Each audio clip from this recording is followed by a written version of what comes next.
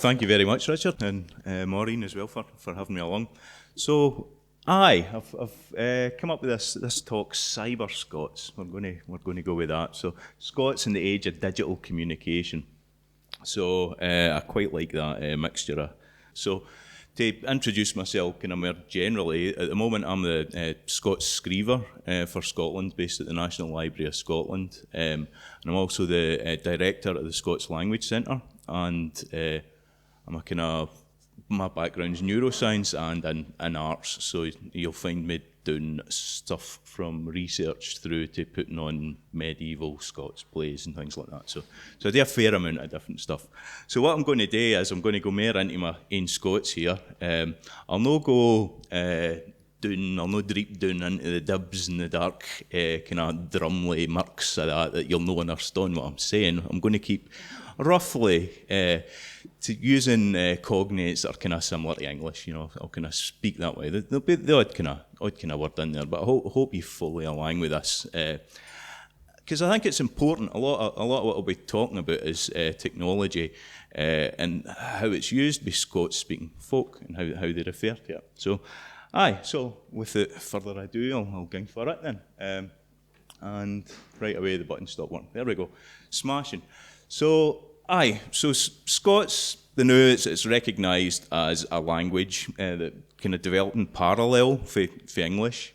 So how a lot of folk view it just now is this kind of way where we've got English with a Scots accent, which is Scots Standard English, it's kind of known as. And there's this gradient of continuum between actual Scots, which is looked at as a kind of natural language, if you want to look at it like that.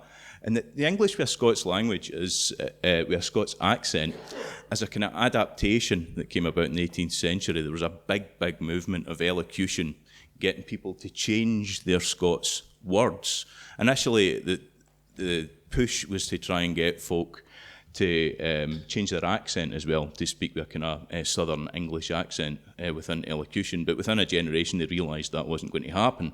So they took the phonology of the Scots and changed the words. So like heed should be pronounced head, fit should be foot, and this kind of thing. So we've been through about 200-300 years of this kind of construction of our language. And what's happened is basically people have looked at it as written Scots has been kind of eradicated. But in actual fact, Scots has persisted right through in a continuum in written and spoken form. Just no in the kind of expository and formal registers. So the borough records started changing about the late 18th, early 19th century. Well, a wee bit earlier than that, into Standard English. But folk have continued to work in the arts and write to one another and Scots, but it's not been taught at schools. So what we're going to see through this is the kind of emergence of folk writing the way that they talk, which is one view of Scots, and folk that are continuing the kind of literary tradition, going through Scots and bringing that onto kind of digital communication. Now, we've got different dialects. There's 4 main dialect regions here. We've got the Insular, which is Shetland, Orkney and Caithness. North East, which is the North East and Angus. Then you've got Central, which is West Central, East Central and South Central. And then you've got Southern, which is South and Border Scots. These are the kind of traditional looks at it. But in actual fact, folk have moved all through Scotland and all. So there's Scots spoken in the Highlands. It's always been the case. And the kind of boroughs of Inverness and all that. All the records have always been wrote in Scots for the start. So Scots came in, as we found out, for the kind of Northumbrian. There's kind of early parts there. You've got the Rivel Cross, which is written in Runic. So that's down in near Dumfries. There, the Dream of the Rood. That's seen as one kind of early intrusion of the Germanic language into Scotland. And then with the borough system, the kind of Normans were welcomed into Scotland for the royal families here. And the boroughs were set up, Edinburgh and various boroughs all throughout Scotland. And people were brought in from other Germanic-speaking areas, so that's all fed into the Scots. And we find that all throughout the language. We've also got a different type of French that came into Scots, so sometimes it's Parisian rather than Norman French that comes in. So that's a wee kind of primer, and this hasn't been taught to folk in Scotland for hundreds of years, you know what I mean? So that's my experience, coming from one of the kind of purists, purest amount of confidence in the dialect regions of Scots as I speak slang, it's bad language. You've got some stronger dialect areas like in the northeast who's moving across to crying their own language, the Doric. And there's been some recent research that it's almost exclusively the Doric for under 40s. That's what people are referring to their language as. But historically, they'd considered themselves Scots speakers. So there's a wee kind of something interesting going on in the northeast of Scotland. Shetland call their language Shetland or the dialect. But as I said, where I come from, it's bad language, or sometimes it's just talk normal. So that's the kind of landscape of what's going on in the Scots dialects. So before we proceed, right, this is Violet Jacob who wrote this novel, her first novel called The Interloper in 1904. Before proceeding with the story, I must apologise for a striking inaccuracy which it contains. I have represented the educated characters as speaking, but for certain turns of phrase, the ordinary English, which is now universal. But in Scotland, in the very early 19th century, gentle and simple alike kept a national distinction of language, and remnants of it lingered in their conversation, as I remember it, of the two venerable and unique old ladies from whom the characters, Heresy Robinson and her sister, are taken. They called it Court Scots. For the assistance of that tender person, the general reader, I have ignored it. So this idea that in the spoken language it just represented the standard written English is questionable. You know, it's kind of questionable, even though the written communicative form is like that. So what we found, this is just this is a cartoon for slightly after Violet Jacob's last novel, and it's the television newspaper. It's looking 1934. In the future, you can get the newspaper on your TV. So we actually started to get that, and that was most folks' kind of first encounters with computer-generated text. So that's came out in the 70s. So this is for 1998, I think this was, and it's about support for the mother tongue. So we've got Scots here showing up. Part of what I've done is I look for Scots coming out, because I've got this theory that Scots will out, and I've found it in the first Scottish cartoons, the first writings everywhere. Folk sneak it into their writing, Scots speakers, all the time. So this is David Horsbroch was campaigning for Scots to go into the census in 1999. Right? Yeah. What operating system is that on? Sorry? What operating system is that on? CFAX had its own operating system, but the BBC microcomputer had to have a graphics mode that would generate it when it was commissioned. So also through CFAX, you could plug it into your tele aerial, and you could have computer programs beamed into your BBC micro. So that was a kind of long distance communication, the first kind of networked.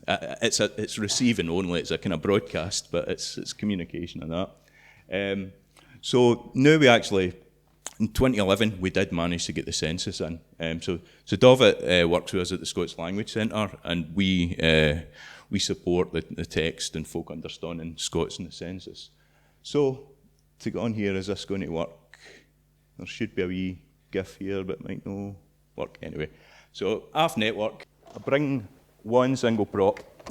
So when I was young, this came into our life, the first kind of device. It's not the new iPhone or anything like that. It's the ZX Spectrum. So we could hook this up to the telly, and there were letters on it, and we could suddenly write things onto the TV. But it wasn't networked. But as we're going to see, you could shove in the back a modem, and we'll have a wee look. Some people are actually using these to speak to one another, to communicate across Britain using the telephone network. So it was off network, but this was a common experience of me growing up playing with computers. You would write things like this, so input, what's your name, please? right? So what's your name, please? You'd get these Scots in. Because you had control over these computers, you would go into a different kind of rhetorical mode where you would just start using your own language. You would kind of filter it in.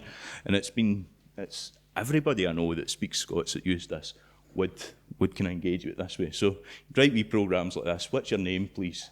Andy. Andy talks Keich, right? So that's a Scots joke for you. So press A for I. That was one that I'd seen loads of times. Instead of Y for yes, you'd get that all the time in this. But we're still off network, and this is something that we've kind of lost. On this computer, I saved some of the programs on cassette tape that are long, long gone, but used to write things like this. So this, in terms of collecting and looking at how folk used language in this pre-network kind of time, it's all lost. It's all kind of ephemeral, but it's folk starting to publish.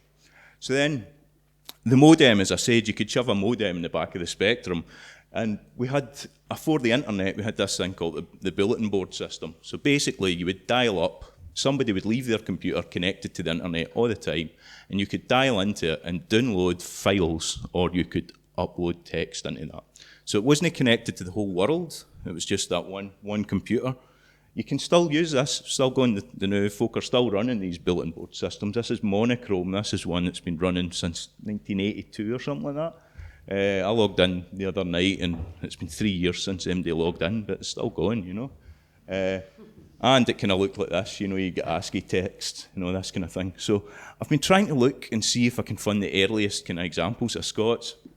And I asked, there's a guy, Jason Scott, who runs the Internet Archive, or he works in it, and he researches these bulletin board systems in America. And I was able to get you would get in magazines lists of phone numbers that you could phone up and get onto people's bulletin boards. And I found this one. This is 1991, but it goes back to the 80s. And then there are no bulletin board systems in Glasgow or Edinburgh, but in Buckie, a fishing village in the northeast, there's one called the Muckle Rock, getting run by somebody called Andy Milne, and that's the phone number if you want to phone it up. This is 1991. So Scots is getting published in newspapers and on online text before the internet. Folk are right away, Scots will out, they're firing it in, they're getting it in there. So I was quite chuffed, I found that. That was quite good. So I kind of started using these other communication techniques when I first went online. IRC, Internet Relay Chat, that's still going the now. That was basically they kind of linked up these bulletin board systems with this different protocol, so you could go into channels which were kind of like chat rooms and speak to other people anonymously under nicknames or whatever.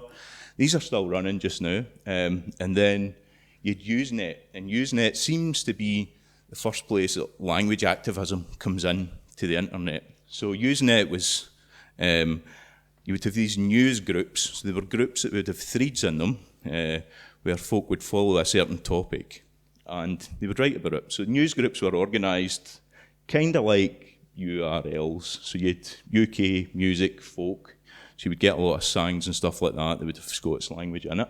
Society, culture, Scottish, recording music, Celtic, alt arts, poetry, and Scots, so that's one that's specifically about Scots language. And that's where some of the folk that were pushing for the census and for Scots going into schools went online and started using Scots there.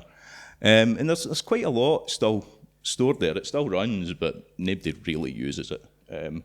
But this was a stushy, one of your kind of pre-internet stushies. It was the World Wide Web had just kind of generalised. So Tim Berners-Lee came up with that. In 91, he made it public.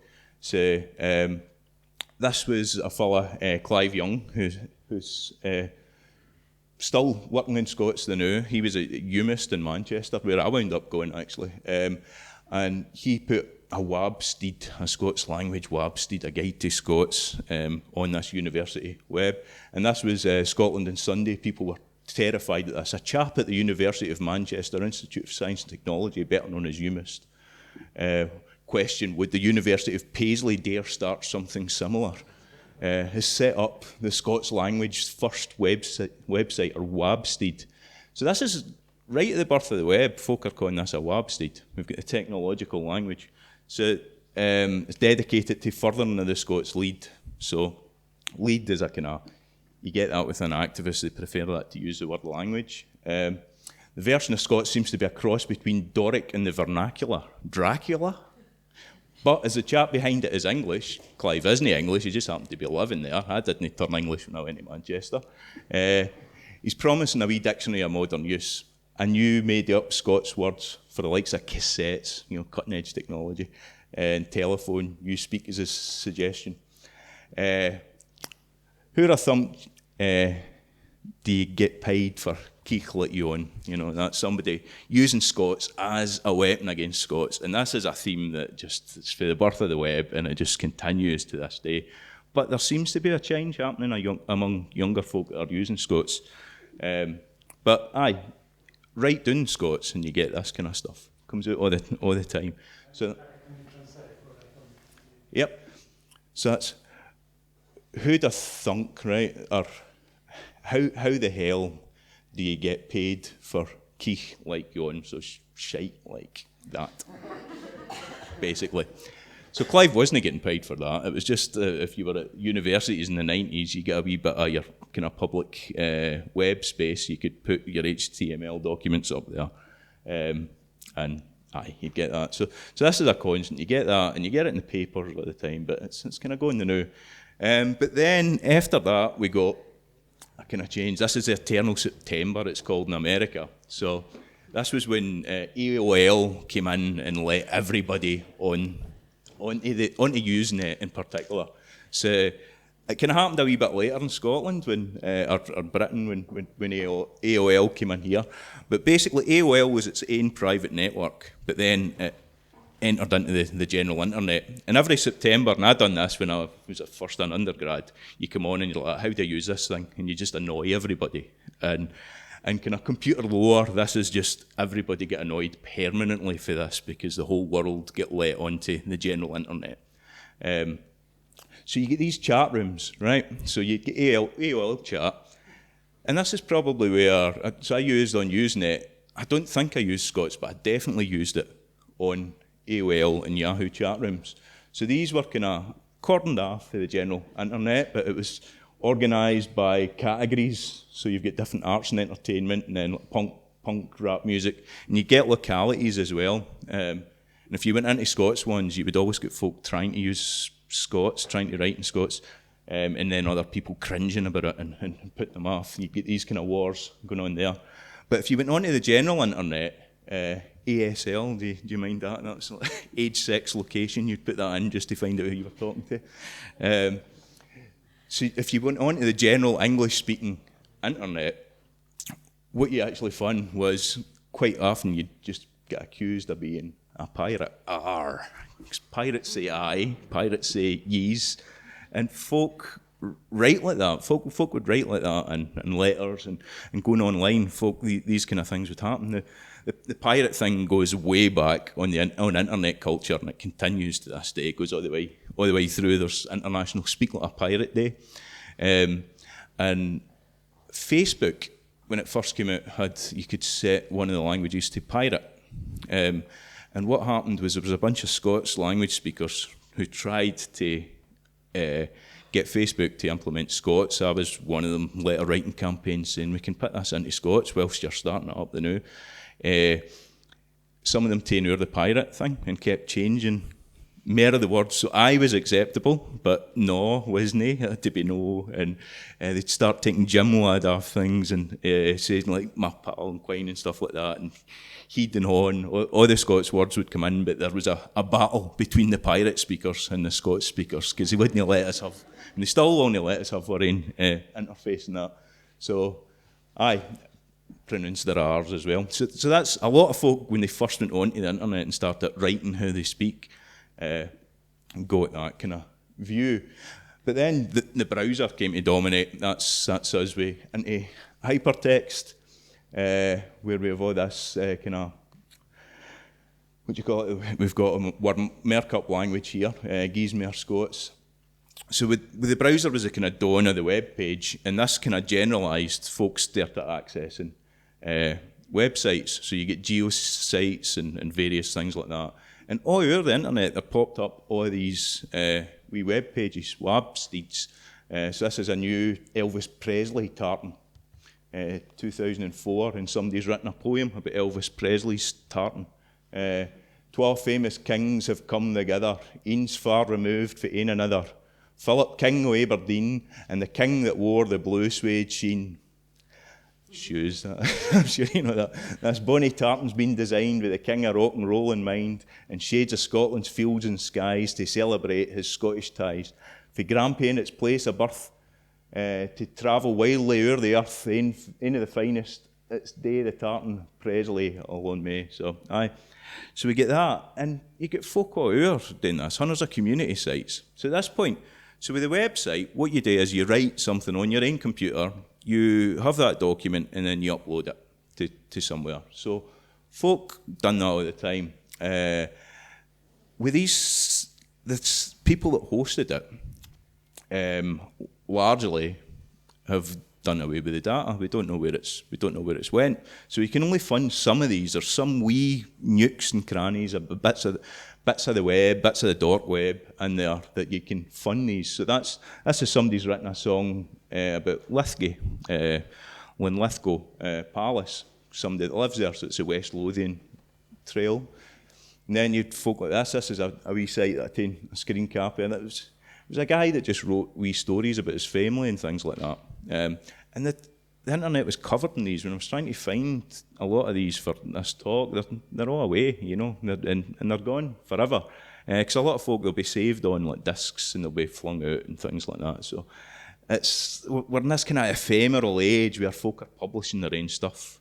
But they own their own data here and they're putting that out. So we've got, this is wee stories about just events that happened in somebody's day, you know. And then you had some of these big all-encompassing Scottish sites. This is one that's still going to Electric Scotland. I think it's run out of Canada. And it's put up some Scots language stuff and then got, what is this?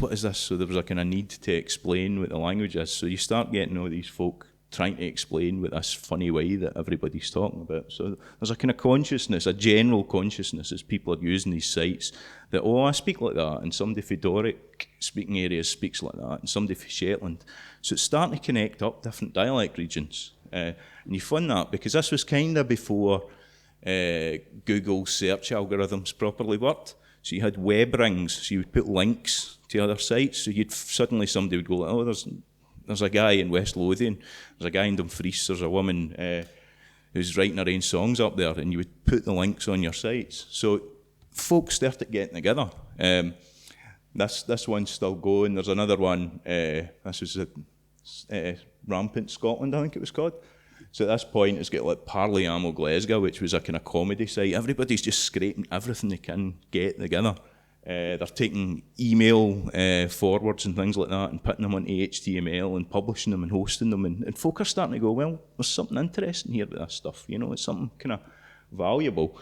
And what we're seeing is folks shifting from their learned way of writing into kind of imagining how they would adapt that to the way that they speak, and then connecting. We're going, oh, well, actually, you've got the Burns tradition, you've got medieval Mackers tradition, we've got all this vocabulary and everything, and it's starting to feed into the internet at this point. And then you've got artists. This is Dick Gaughan, who's a Leith folk singer, sings a lot of Scots songs, and he had to put up loads of explanations of his work. So this is Scots pronunciation is no more difficult than that of any other language.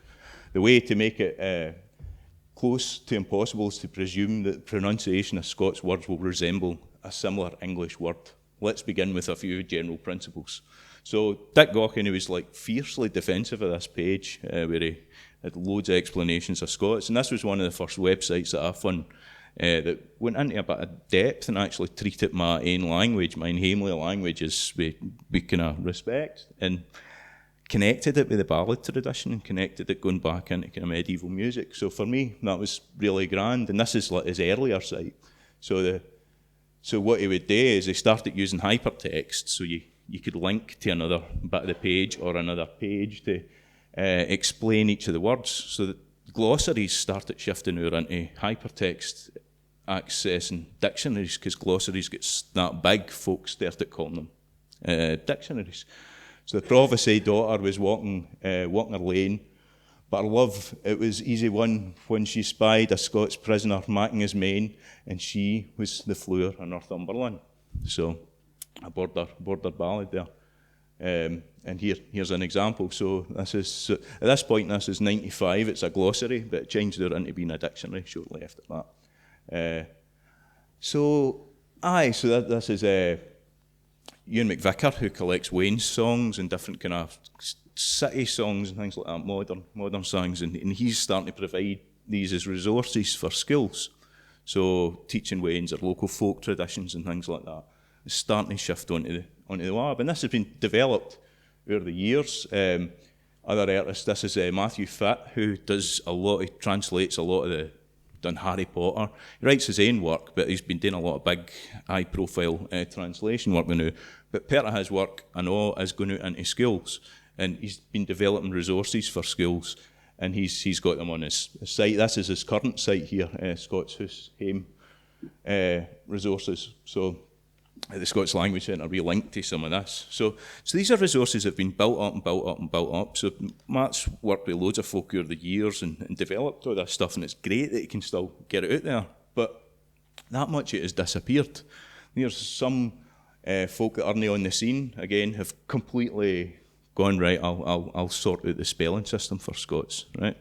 So the spelling system in Scots, we do have a pan-dialectical spelling system that would work, but folk don't use it because they want to use generally the English language spelling conventions to represent their own local dialect. So you find that in a lot of ways you'll get this, but there's folk going like that. No, we need to sort it so everybody's using the same spelling system as we find in hundreds of different languages.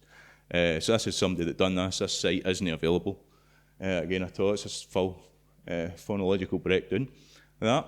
This is Clive Young that I spoke about, who had the letter written about him, who seems to have had the first WAB steed in Scots. So he's no plunking folks, he's just away writing a wee book. So apparently this book's due to come out quite soon about Scots, for Clive's history. It's a great resource, this his site, Scots Hornbook. It kind of gives you news and stuff like that, wee bits of info about how it works. He's got his own grammar up there. There's a few years that wrote our own grammars, and then we all discovered we had our own grammars, and folks started getting them for free up, up on the internet. So his has been up for a wee while now. Then you've got John Tate, who doesn't really take a lot to do with Scots stuff now. He's kind of gets scunnered with it, I think. But he's got some really interesting, it's all essays he's wrote about activism, and he used to write a lot in print media and Lallan's magazine. So he's got all that kind of up there.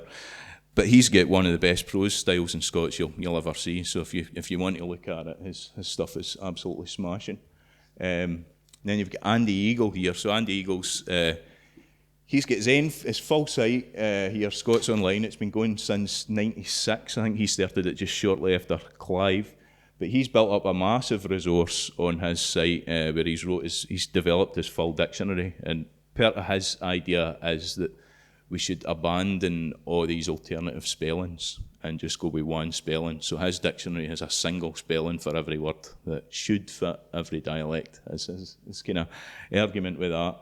And he's got a couple of really long, decent analytical, phonological bits of work on the site. It's really well worth having a look at. But these are folk that were right at the dawn of using it and all that. They're still going ahead with everything. Now I'll give you a wee quick look at the kind of bigger institutional stuff, right? So this is where I'm putting my director's bonnet on and stuff like that here. So we've got archives online. So this is Tobandul Case. I need to learn how to say that right. Kista Riches. So it's a collection of ethnographic recordings in Gaelic and in Scots. And it's been up for a good while now. But they've some of these archives, they're losing funding and stuff like that. So like the weir sites, they're at risk of disappearing. I just heard recently, though, that Edinburgh Uni has taken on supporting this archive. So this goes back the full 20th century. What is it they've got? 50,000 recordings. So this is amazing work that's up there. And you can access that. There's only there's thousands upon thousands on that, but there's even more in the archive if you can go and access that. So we've got a lot of our language, our Scots out there, and part of my work that I do generally is I want to connect folk that are discovering their language the way that I did, just like, oh wait a minute, there's a literature here, there's some spelling, other people think about this, you know, it's not this kind of, folk speak like this outside where I come from, so connecting it to these kind of national resources. We've got that. Then there's Scottish Corpus Text and Speech as well. So there's hundreds of Scots in that. But then I'll speak a wee bit about the National Library. So the National Library holds a massive Scots collection, and what they're starting to do now through education and outreach, which is part of what I'm doing at the National Library, is connecting with Wains and schools. There's that kind of main, with Scots the main push is to speak to the Wains and school. Now, for myself, I think you've got to have intergenerational transmission of the language. That's my kind of opinion. I think you've got to involve the full community in this, but you do need to allow Wains to realise that their language is valid. And that's, for my, however, more than a decade plus dating Scots work, I'm starting to see young adults coming through now that don't have the hang-ups about their language that I did. You know, and like my parents' generation, they get battered for their language. You know, I would get punished in school, but now the Wains aren't getting that in school. They're actually getting, right, let's explore your language. Here, have a look at our Willie, good comic character. This is Streff, an Edinburgh artist that done all this stuff. Brilliant comic artist. I've worked with him on a few things. So you've got Meet Our Willie, who's one of the longest running comic characters in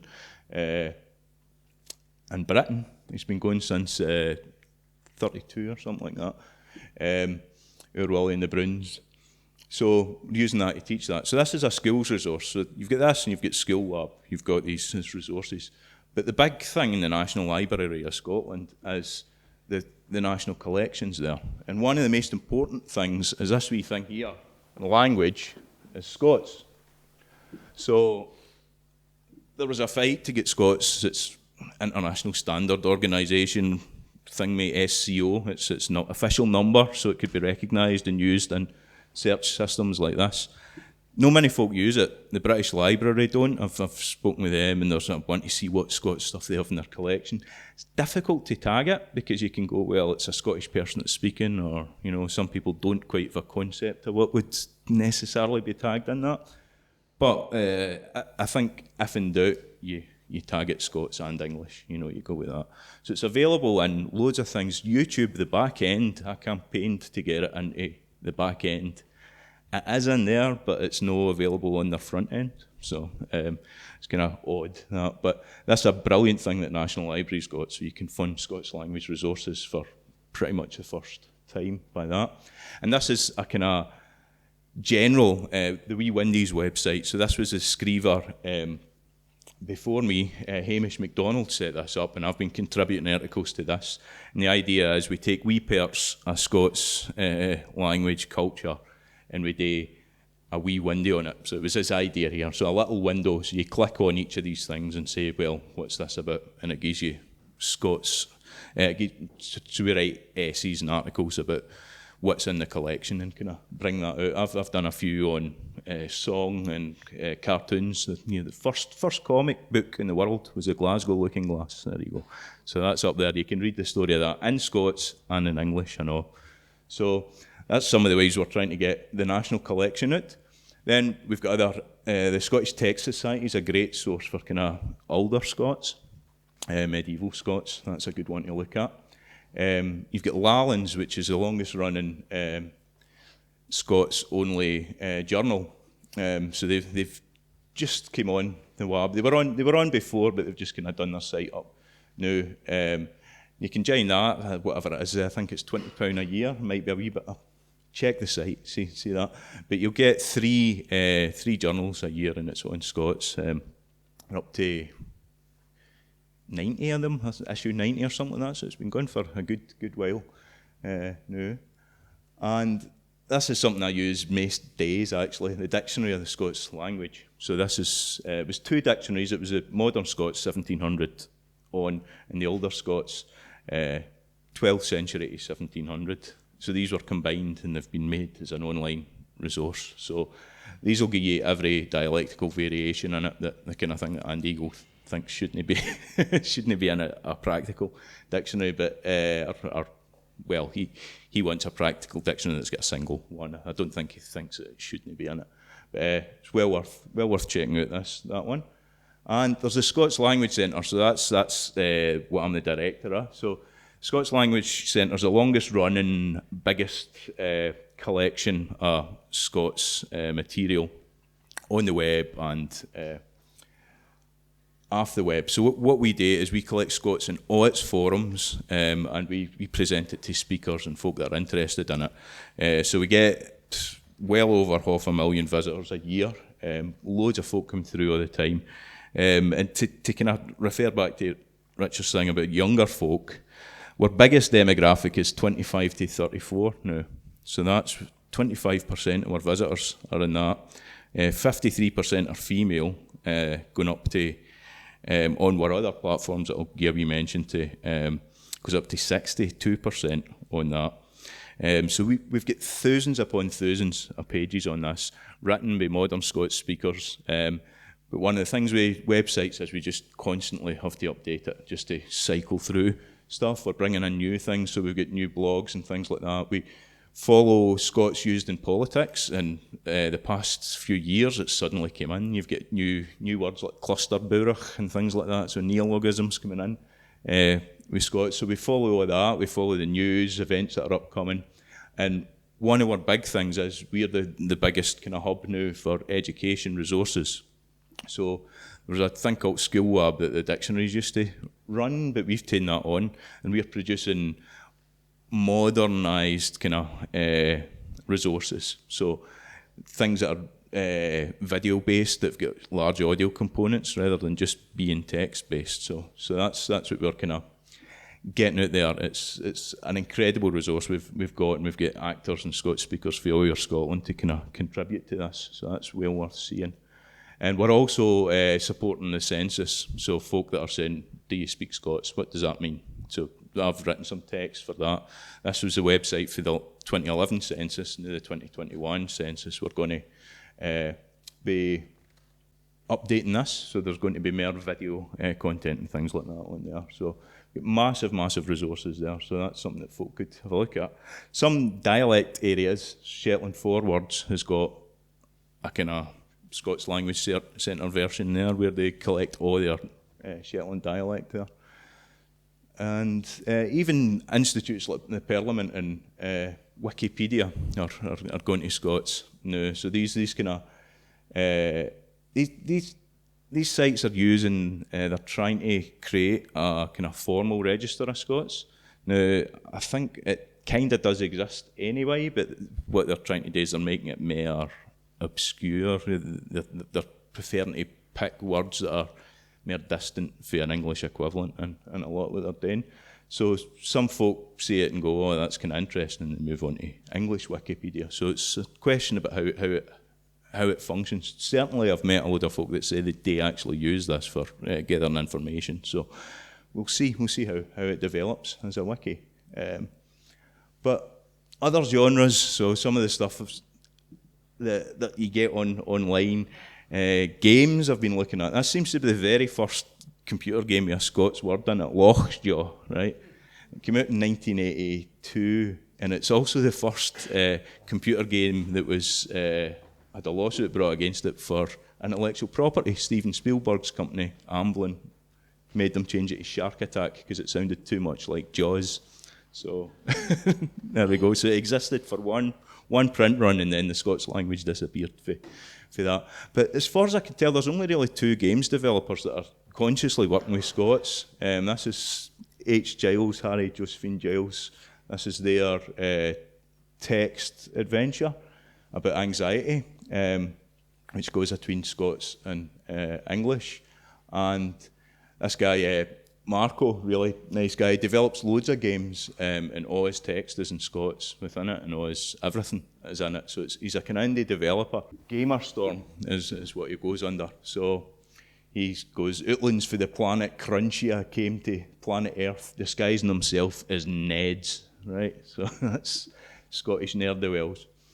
So, aye, and Scots comics, that's something that I work in, comics. This is a guy, Simon Dickey, who does a comic called Malky Dungeon, which is well worth checking out. We looked at Strathclyde earlier. He sets his comic in Strathclyde right through all different ages. So he has Welsh in it, Cumbric, he has Gaelic in it, he has Scots in it, he has modern Glasgow Scots and things like that. It's well worth checking out. My stuff, I do mangas. I put mangas into Scots. So that's Jock Do. That's one game I regards to Jock Do. So I'll just have a wee quick look through some of the stuff that's away, right? So normal Scots, this is folk operating under the idea that they're just talking normal, so they're using their own dialect. And this is Glasgow gangs. There's hundreds of these sites. Every local wee kind of area would have these sites, and it'd be full of, like, you get swearing and shout-outs and people fighting with one another on message boards and things like that. But all that's away now. That's all gone. And funnily enough, you get people on, like, who are reminiscing. They'll write about gangs in Scots and things like that. They'll write about their youth growing up in this kind of thing in Scots. So there's a psychological space that Scots occupies where you talk about kind of socially transgressive things, I think. And a lot of young women set this up around about this time through MySpace and Bebo. There was loads of young women using Scots, which is quite interesting. I think sociolinguistically, younger women don't speak Scots, but online they would express themselves that way. So, but MySpace and Bebo, they're all gone. So, whereas previously we would have discs, we were websites on it. Now we send stuff to these providers, and when they're away, they're away. So there's a few survivors in like all their forums and things like that, but that's it's pretty much gone. Newspapers are starting to, because there's very few print in Scots, but they're starting to put stuff on. You've got the National, Bella Caledonia, the Scotsman occasionally will put Scots stuff in. Now some of these social media platforms, like Flickr, are maybe going to disappear. And we didn't know if we were going to lose all our photographs. We've got thousands and thousands of Scots language and environment photographs on our Flickr. They've been secured, but I don't know, they are. So folk are all moving on to Facebook and this, and it's with these Facebook and Twitter, these platforms, you're just sending your text away. There's no kind of ownership of that. So if these fold, it's all gone. Some people are working on scraping this. A lot of them are regionally based. Here's the Doric stuff here. You've got Glasgow stuff, Dundee stuff. They kind of go around about that. And humour as well is a big place. You'll find loads of Scots in there. Then you've got YouTube. YouTube. So YouTube is an insult in Scots. Means you idiot. So when it first came out, everybody called it YouTube. So if you look at older videos, it's all just people being stupid. When it was like 20-second videos and things like that, whatever phones could manage. But you've got Scots language here. You see accent, people conceptualise it in terms of an accent.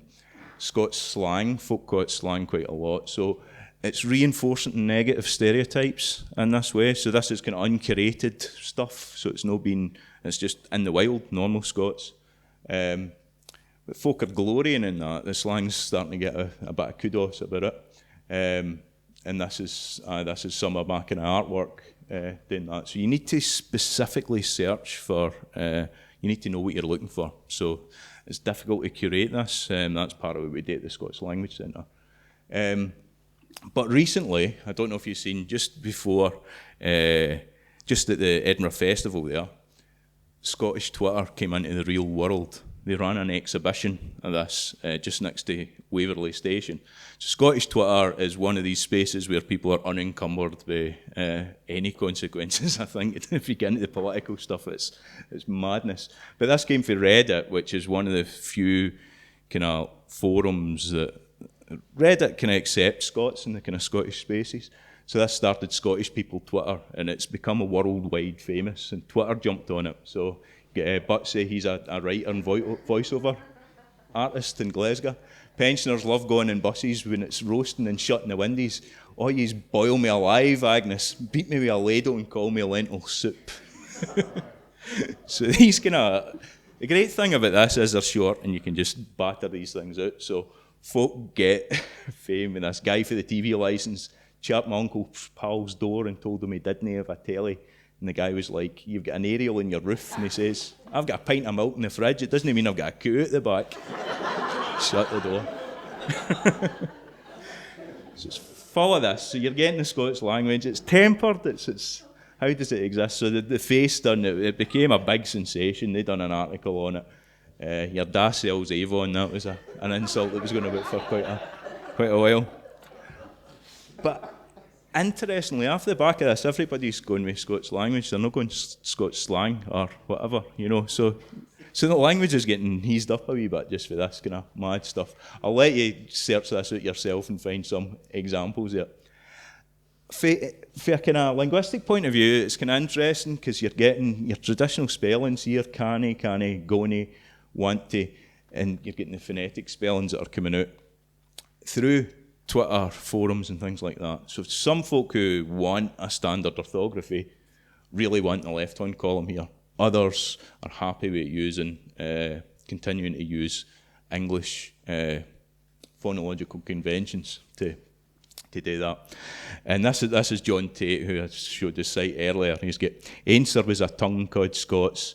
To this, its sad demise was white it. At them that rat it couldn't speak it, and them that spak it couldn't write it. So this is a genuine fear a lot of people have. So, aye. So that's your whistle-stop tour through Cyberscots there. Loads of folk gave me a horn here. Some folk for the Centre, Ellie McGloin for the National Library, some of these people in America, and famous Scots online have kind of joined in and used that software for doing it. So, aye, thanks a lot. I hope you know that Scots is alive and real on the internet. Thank you very much.